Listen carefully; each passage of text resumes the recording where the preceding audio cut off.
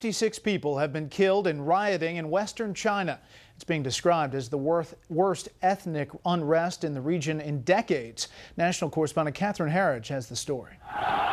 China's state-controlled media portrayed the violence in Xinjiang as part of a concerted campaign by the Muslim Uighurs to terrorize the Han Chinese.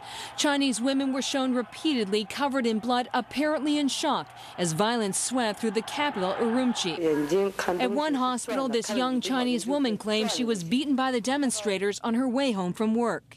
Uyghur exiles say the demonstrations were part of a youth movement which used the internet and blogs to organize a peaceful protest after Uyghur migrant workers were beaten and killed by the Chinese. The protests became bloody, they say, only after the communist regime cracked down.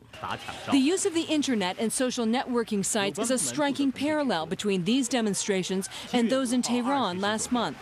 It is China's government's nightmare. As you may recall, during the Iranian uprising or demonstration, one of the few countries came out and supported Ahmadinejad as the Communist China. Analysts also note the communist government successfully blocked the Chinese version of YouTube and other material, which could have revealed how more than 140 people were killed and hundreds detained.